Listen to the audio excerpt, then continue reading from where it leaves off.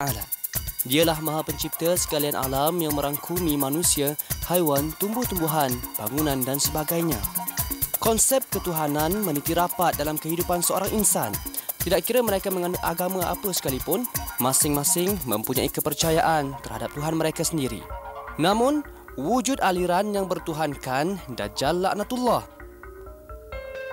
Ia lebih bersifat penyembahan ataupun pengabdian kumpulan tertentu kepada syaitan atau janji-janji mereka untuk berkorban apa saja.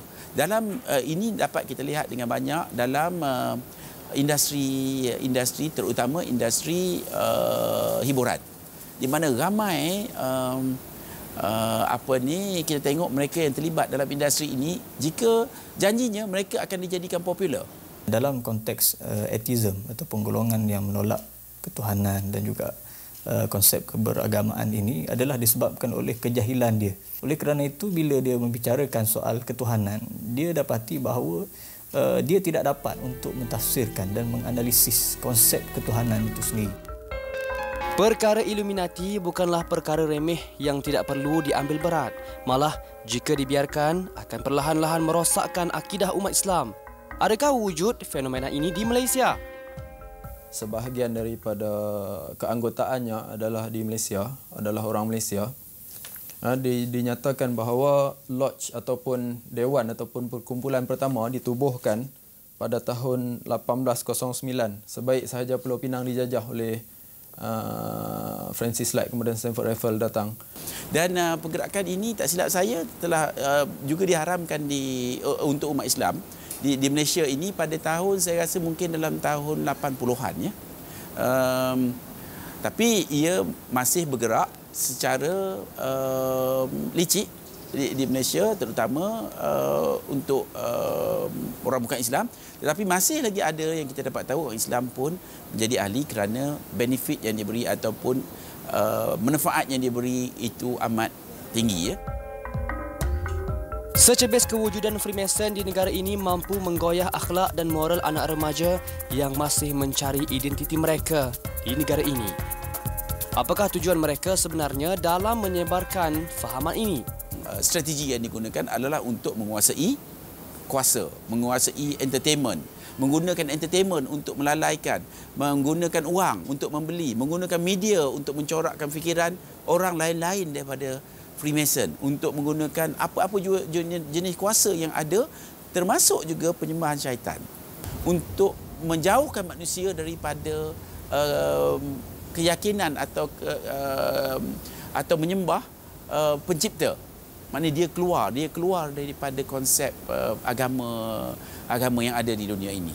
Tujuannya lebih nak melalai dan menggunakan. Contohnya dia lalaikan orang Islam, tapi digunakan orang Islam ini. Jadi orang Islam ini diberi pula reward, diberi duit, diberi pengaruh macam tu. Jadi satu masa esok bila dia minta sesuatu, kita terpaksa bagi, ahli terpaksa bagi dan ikut apa kemahuan organisasi itu. Illuminati adalah perkara yang berbahaya. Walaupun mereka mengatakan diri mereka sebagai tidak beragama, tetapi mereka menyembah Dajjal, makhluk yang dilaknat yang akan muncul sebelum dunia ini hancur. Dikatakan Dajjal mempunyai satu mata yang mampu melihat segala-galanya. Adakah benar perkara tersebut? Apabila golongan Illuminati itu, antara simbolnya ialah the all-seeing eye, mata itu, satu mata itu. Dan orang mengaitkan mata yang satu itu dengan Dajjal, sebab dalam hadis Rasulullah menyifatkan bahawa Dajjal itu mempunyai satu mata dan bahawa Dajjal ini memang akan muncul pada akhir zaman. Malah dalam satu hadis dinyatakan bahawa Dajjal ini akan muncul di satu tempat yang dinamakan Khurasan. Jadi cerita ataupun penjelasan Nabi Rasulullah mengenai Dajjal ini cukup terperinci jugalah kalau kita teliti berdasarkan hadis-hadisnya. Contohnya dalam kita lihat simbol-simbol, antara simbolnya adalah mata.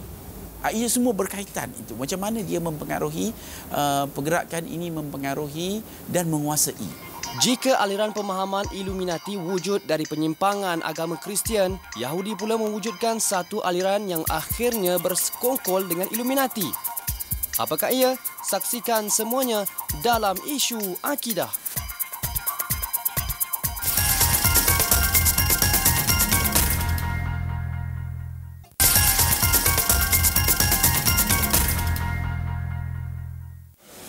Para penonton, apabila kita terlalu mencintai dunia dan tidak berjaya untuk menunaikan tanggungjawab kita sebagai seorang khalifah di atas muka bumi ini, maka ketika itulah Freemason mengambil peluang atas kealpaan dan kelalaian kita.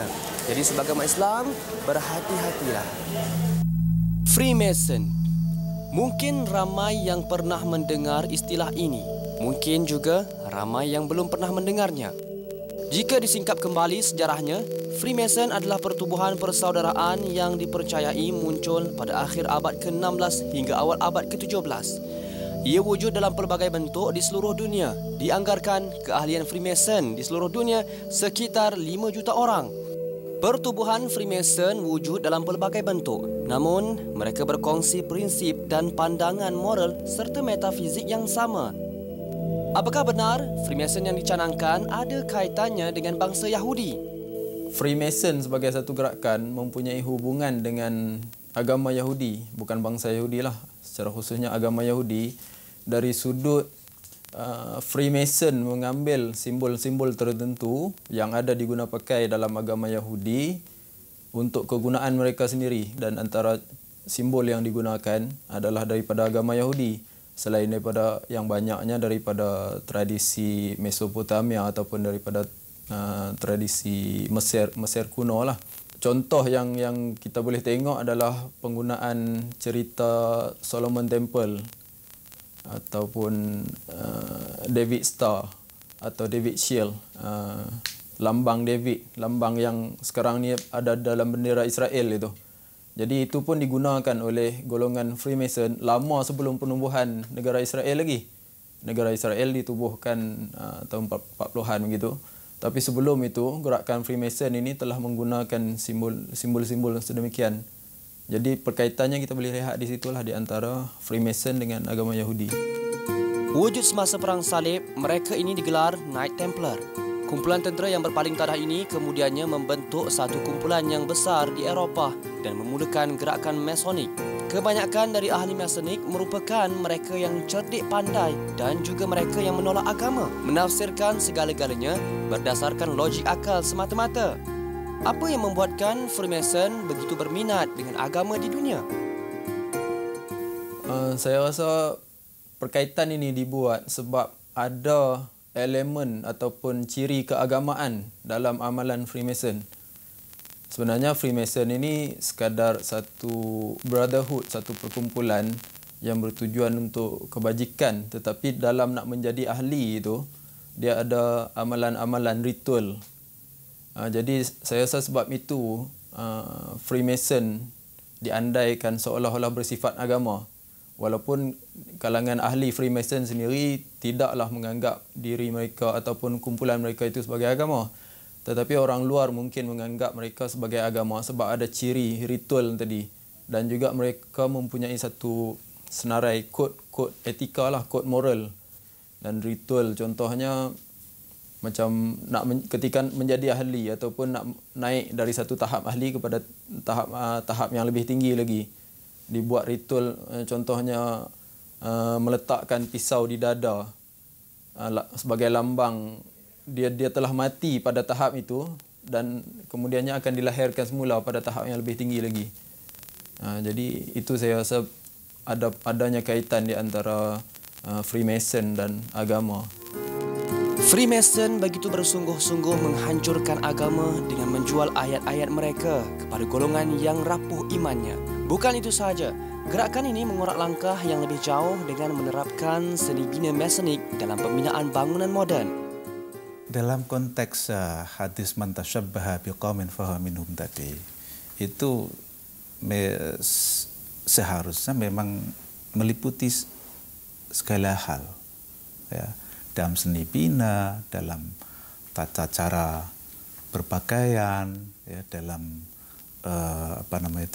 pergaulan sehari-hari, dalam cara makan dan sebagainya.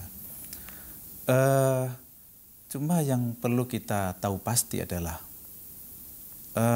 sejauh mana seni bina itu memang betul-betul ada unsur yang memang dimaksudkan ya, sebagai upaya untuk menanamkan nilai-nilai Freemason atau Illuminati tadi. Unsur seni bina yang dikatakan mampu menarik perhatian mata yang memandang turut dijadikan modal bagi membangkitkan fahaman mereka. Sejak akhir-akhir ini, semakin banyak pembinaan yang dikatakan menggunakan unsur zaman Firaun ke dalam seni bina moden mereka. Apakah unsur-unsur ini ada di Malaysia? Nilai-nilai dan ajaran-ajaran Illuminati ini sudah masuk dalam disiplin ilmu bina atau reka bentuk itu, architecture. Jadi kita mesti tahu pasti siapa yang sebetulnya merancang itu. Perancangnya itu siapa?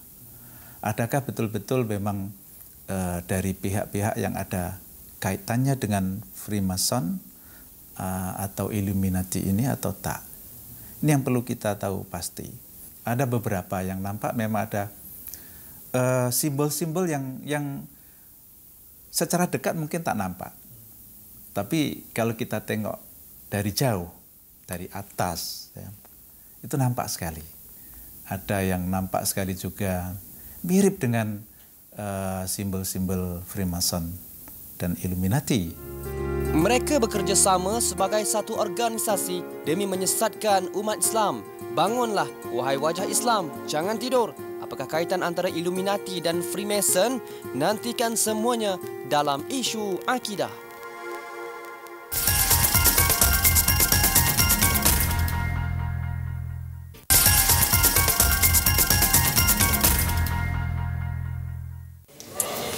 Para penonton, firman Allah Subhanahu wa taala dalam surah Al-A'raf ayat 16 hingga 17 yang bermaksud, ketika mana iblis berkata kepada Allah Subhanahu wa taala, "Wahai Tuhanku, sesungguhnya engkau telah menghukumku sebagai sesat dan aku akan berjanji bahawa aku akan menghalang Bani Adam daripada jalan-jalan yang lurus.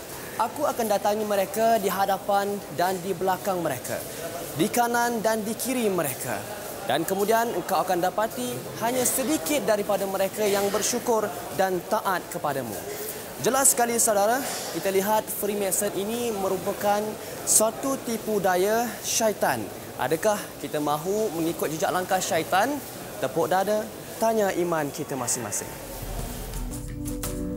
Walaupun Illuminati dan Freemason berasal dari agama yang berlainan, namun kedua-dua aliran ini masih dalam satu konteks yang sama, merosakkan akidah umat Islam.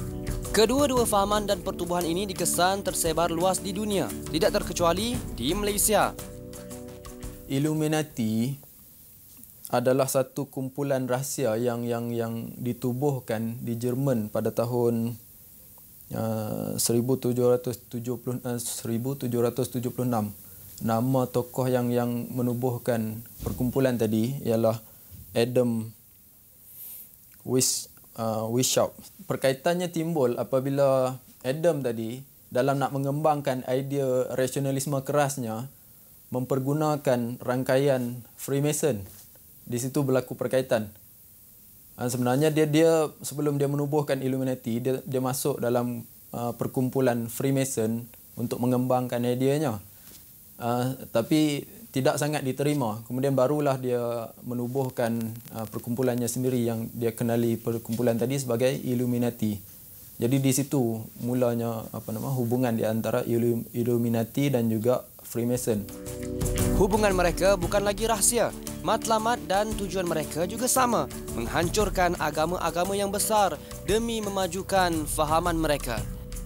Dinyatakanlah tarikh tahun-tahunnya dan perkembangan ataupun penubuhan lodge ataupun penubuhan dewan-dewan Freemason yang lebih banyak lagi di seluruh Malaysia, bukan setakat di Malaysia, di Indonesia, di Brunei dan Singapura juga. Jadi perkembangannya itu semakin meluas dan sekarang ini kita boleh tengoklah pelbagai kelab Freemason ada di Malaysia ini. Freemason di Malaysia pada kami lah di Persatuan Pemuda Islam, dia bergerak bebas. Cuma ia mungkin tidak begitu terselah kerana telah diharamkan. Tetapi di belakang-belakang tabir, pergerakan ini masih bergerak. Masih bergerak dengan penuh perancangan. Dan kita lihat hari ini pun kita nampak macam-macam perancangan dia, dan mereka menguasai banyak institusi di mana mereka banyak membuat keputusan atau mempengaruhi keputusan-keputusan yang dibuat oleh agensi-agensi atau orang-orang tertentu, dan mereka ini cara dia adalah menguasai orang-orang penting saja. Kita hanya mampu berharap supaya masyarakat Islam di Malaysia mampu bertahan ke atas serangan-serangan terhadap moral dan juga agama. Walau tidak nampak, tetapi setiap serangan mereka pasti memberi kesan terhadap masyarakat Islam. Mereka memang menggunakan berbagai cara, strategi, ya. Semua teknik mereka gunakan untuk menyebarluaskan nilai-nilai Freemason dan nilai-nilai Illuminati itu, ya. Melalui film, melalui drama, melalui musik, melalui pendidikan terutama itu, mereka semua gunakan itu. Melalui film tentu saja lebih dahsyat, ya, karena memang umumnya itu kelompok dari kalangan muda, ya, itu lebih gemar jika menonton film-film itu, ya. Dan kebanyakan memang budaya dari luaran itu disebarkan melalui film-film macam itu. Jadi saya rasa memang pengaruhnya sangat besar sekali, ya. Film dan media elektronik ini yang sangat atau luar biasa pengaruhnya. Apakah yang diperlukan dalam membentengi diri dari fahaman Freemason dan Illuminati ini? Kita pertamanya perlu faham dan perlu tahu sedikit sebanyak sejarah perkembangan Freemason itu. Dan untuk berhadapan dengannya, khususnya dalam konteks adanya umat Islam yang terpengaruh dengan simbolisme Freemason itu.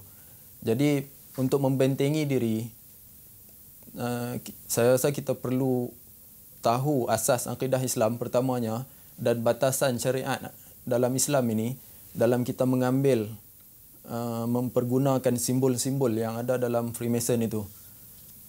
Dalam syariat jelas bahawa kita tidak boleh menyerupai pengamalan ataupun kepercayaan agama lain. Nombor satu, jangan kita terikut-ikut. Kita harus mempunyai akidah yang jelas, fahaman yang jelas. Apa yang kita nak buat. Jangan bila orang buat simbol, kita pun buat simbol. Kita kadang-kadang tanpa disedari. Jadi itulah sebenarnya matlamat dia orang ini, untuk menguasai kita di bawah minda. Umat Islam perlu membaca, perlu mengetahui.